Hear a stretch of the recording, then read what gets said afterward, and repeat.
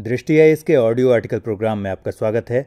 आज का audio article अमेरिकी अखबार वॉशिंगटन पोस्ट में प्रकाशित लेख Trump meets Modi, America first meets India first, New York Times के लेख Trump meets India's leader, a fellow nationalist battling China for his favour, the Hindu में प्रकाशित संपादकीय warm in Washington, Modi in US तथा द इंडियन एक्सप्रेस में छपे लेख India US and a 5 point plan के सम्मिलित सारांश पर आधारित है।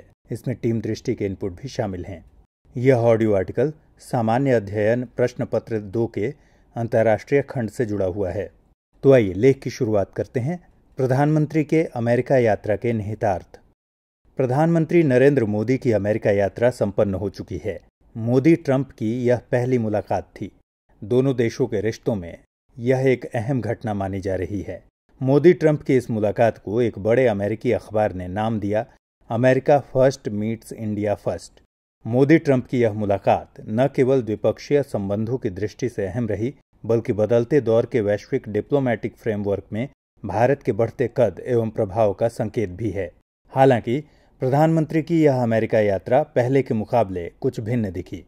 इसलिए कुछ सवाल अवश्य उठते हैं कि आखिर मेडिसिन स्क्वायर जैसा रोमांच इस बार कम क्यों दिखा।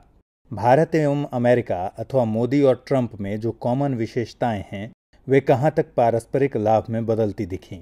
मोदी ट्रंप की मुलाकात से पहले अमेरिकी प्रशासन द्वारा जिस तरह के कुछ कदम उठाए गए उनके निहितार्थ क्या हैं और भारत को उनसे कितना लाभ होगा, और क्या मोदी की इस अमेरिका यात्रा से भारत की उम्मीदें पूरी हुईं। देखा जाए तो प्रधानमंत्री की इस यात्रा का मकसद पूरी तरह द्विपक्षीय मुद्दों पर बात करना था। व्हाइट हाउस में मोदी और ट्रंप की बातचीत 20 मिनट तय थी, पर वह 35 मिनट तक चली।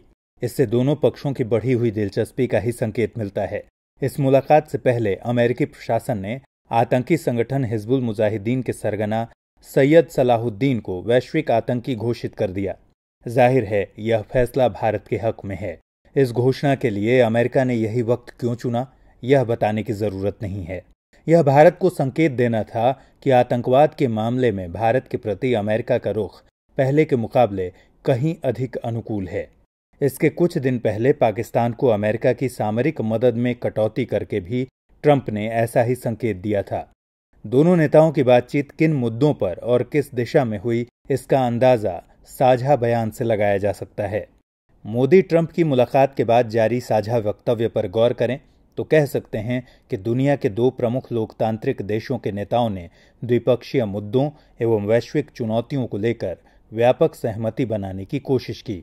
इस दिशा में भारत की महत्वपूर्ण उपलब्धि के रूप में साझा बयान के इस तथ्य को माना जा सकता है, जिसमें कहा गया कि दोनों पक्ष पाकिस्तान से यह कहना चाहते हैं कि वह दूसरे देशों में आतंकी हमलों को अंजाम देने के लिए अपनी सरजमी का इस्तेमाल न होने दे। साथ ही 26/11 के मुंबई हमले और पठानकोट हमले के गुनहगारों के खिलाफ कार्रवाई करे।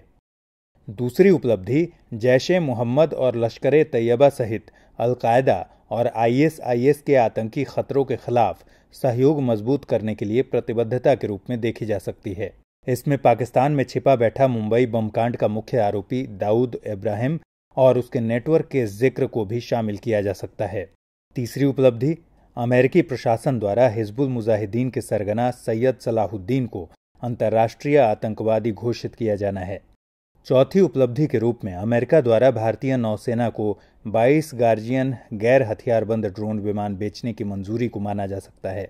2-3 अरब अमेरिकी डॉलर का यह सौदा इस बात का सबूत होगा कि अमेरिका के लिए भारत बड़ा रक्षा साझीदार है।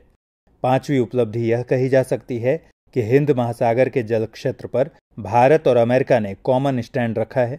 इससे चीन को भी कड़ा संदेश गया है कि इंडियन ओशियन में वह अपनी दादागिरी बंद कर दे। यदि हम बात करें इस शिखर बैठक से अमेरिका को क्या हासिल होने की संभावना है, तो कई बातें सामने आती हैं। जैसे भारत में 1 जुलाई से GST के लागू होने से कारोबारी सुगमता बढ़ने की उम्मीद है। इसलिए माना जा रहा है कि भारत में अमेरिकी कंपनियों के व्यापार का रास्ता खुलेगा। इससे भारत के साथ जो उसका $31 बिलियन का ट्रेड डेफिसिट है वो घटेगा। अमेरिका भारत की ऊर्जा जरूरतों का ख्याल करते हुए भारत को शेल गैस एनर्जी बेचेगा। इससे अमेरिकी कंपनियों को फायदा होने की उम्मीद है। यूएस नेचुरल गैस में भारतीय कंपनियों के 40 अरब डॉलर के निवेश करने की बात भी साझा बयान में राष्ट्रपति ट्रंप ने कही है। यानी अमेरिका में भारतीय निवेश बढ़ेगा तो निश्चित रूप से उससे यूएस को फायदा होगा। इंडियन एयरलाइंस ने अमेरिका से 100 विमान खरीदने की बात कही है। इस पर खुशी जताते हुए ट्रंप ने कहा कि इससे अमेरिका में नए रोजगार पैदा होंगे, इसलिए यह भी अमेरिका के लिए फायदेमंद होगा। यानी साझा बयान भी इस बात की तस्दीक करता है कि मोदी और ट्रंप की यह मुलाकात द्विपक्षीय मसलों पर केंद्रित रही। यूं तो इसमें कुछ गलत नहीं है, पर यह बात थोड़ी चुभती जरूर है कि दुनिया का सबसे बड़ा लोकतंत्र और दुनिया का सबसे पुराना लोकतंत्र होने का दम भरते हुए जब मोदी और ट्रंप बातचीत की मेज पर आए तो आतंकवाद को छोड़कर कोई और वैश्विक चिंता उनके एजेंडे में नहीं थी।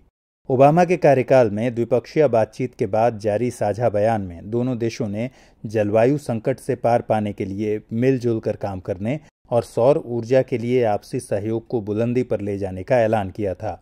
पर इस बार साझा बयान में जलवायु संकट का कहीं कोई जिक्र नहीं आया। क्या अमेरिका बदल गया है या यह बस ट्रंप प्रशासन का नजरिया है? साझा बयान बताता है कि दोनों देशों के लिए सुरक्षा संबंधी चिंता अहम थी, पर उससे भी ज्यादा अहम आर्थिक मसले थे। अमेरिका चाहता है कि भारत सीमा शुल्क कम करने सहित उसके निर्यात में आने वाली बाधाएं जल्दी जल्दी हटाए। क्या विडंबना है कि ट्रंप एक तरफ संरक्षणवाद को बढ़ावा दे रहे हैं और दूसरी तरफ चाहते हैं कि भारत अपने घरेलू बाजार और घरेलू उत्पादकों की चिंता छोड़ अमेरिकी निर्यात के लिए पलके बिछाए। जहां तक H-1B वीजा का सवाल है तो इस सिलसिले में मोदी कोई ठोस आश्वासन नहीं पा सके। अलबत्ता अमेरिका ने अपने ग्लोबल एंट्री प्रोग्राम का दरवाजा भारत के लिए भी खोल दिया है। जहां तक बात है मोदी की इस अमेरिकी यात्रा और ट्रंप से उनकी मुलाकात के संदर्भ में अंतिम निष्कर्ष पर पहुंचने की, तो पहले हमें राष्ट्र एवं लीडरशिप को अलग अलग नजरिए से देखना होगा। इसका कारण यह है कि राष्ट्र के उद्देश्य एवं नीतिगत विशेषताएं दीर्घकालिक होती हैं, जबकि नेतृत्व का उद्देश्य कम समय में ज्यादा से ज्यादा प्रतिफल अर्जित करने की चाहत होती है। इसका कारण यह है कि राष्ट्र के उद्देश्य एवं नीतिगत विशेषताएं दीर्घकालिक होते हैं, जबकि नेतृत्व का उद्देश्य कम समय में ज्यादा से ज्यादा प्रतिफल अर्जित करने की चाहत होता है। यानी हमारे लीडरशिप के जो उद्देश्य थे उन्हें हासिल करने में प्रधानमंत्री नरेंद्र मोदी कमोबेश सफल रहे, लेकिन राष्ट्र के उद्देश्यों पर तत्काल निष्कर्ष तक पहुंचना ठीक नहीं होगा। अमेरिका पहुंचने पर प्रधानमंत्री नरेंद्र मोदी का स्वागत डोनाल्ड ट्रंप ने उन्हें सच्चा दोस्त कहते हुए किया, लेकिन प्रोटोकॉल और कूटनीतिक परंपरा से भिन्न प्रधानमंत्री मोदी भारतीयों की ओर से उस तरह के अतिरंजित स्नेही शब्द नहीं दे पाए जैसे कभी डॉक्टर मनमोहन सिंह ने दिए थे।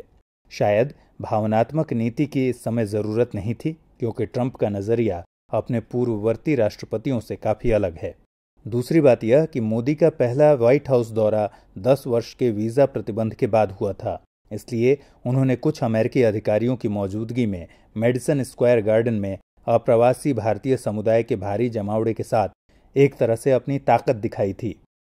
लेकिन इस बार अप्रवासियों, वीजा एवं नौकरियों को लेकर ट्रंप के नकारात्मक रवैये को देखते हुए इस तरह की शोमैनशिप के लिए वहां कोई स्पेस नहीं था, बल्कि इस मुलाकात में प्रधानमंत्री मोदी का मुख्य उद्देश्य एक तरह की अंतर्मुखी दृष्टि अपना रहे राष्ट्रपति ट्रंप को भारत की ओर आकर्षित करना था।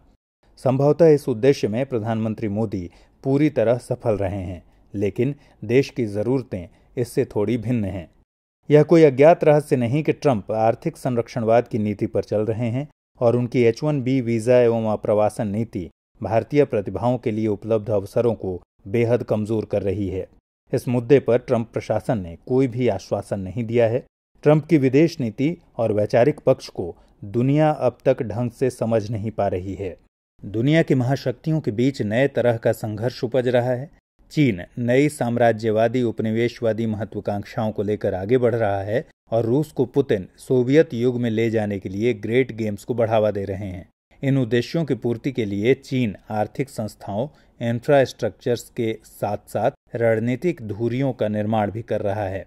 इन उद्देश्यों की पूर्ति के लिए चीन आर्थिक संस्थाओं, इंफ्रा योजनाओं के साथ साथ रणनीतिक धुरियों के निर्माण भी कर रहा है। रही बात ट्रंप की, तो उन्होंने राष्ट्रपति चुने जाने के बाद वन चाइना पॉलिसी के विपरीत कदम बढ़ाया और ताइवानी राष्ट्रपति से बात की, लेकिन चीन के आंखें तरेरते ही उन्होंने यू टर्न ले लिया। यही नहीं, चीन के one belt one road forum में भी अमेरिकी प्रतिनिधि शामिल हुए, जबकि भारत ने उसका बहिष्कार किया था। ट्रंप और उनके सहयोगियों ने विदेश नीति में शुरुआती दौर में व्यापक बदलाव संबंधी रूपरेखा पेश की थी, जिसमें बराक ओबामा की एशियाई धुरी का स्थान मॉस्को धुरी ले रहा था। लेकिन अब मॉस्को धुरी नेपथ्य में चला गया प्रतीत होता है। ट्रंप ने अपने चुनाव अभियान के दौरान पाकिस्तान के प्रति सख्त रुख अपनाने का संकेत दिया था और अभी ऐसा महसूस किया जा रहा है कि वे ऐसा करेंगे भी।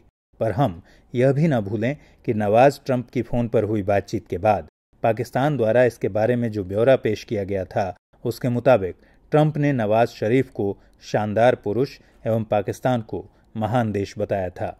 ऐसे में क्या गारंटी है कि ट्रंप का रुख पाकिस्तान के प्रति सख्त ही बना रहेगा।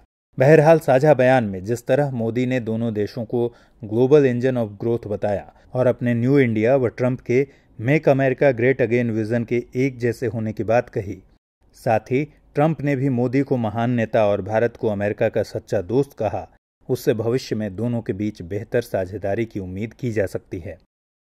आइए अब नोट कीजिए आज का सवाल है, प्रधानमंत्री की वर्तमान अमेरिकी यात्रा के संदर्भ में भारत अमेरिका संबंधों की समीक्षा कीजिए। न्यू इंडिया और make America great again vision में क्या समानता है, टिप्पणी कीजिए।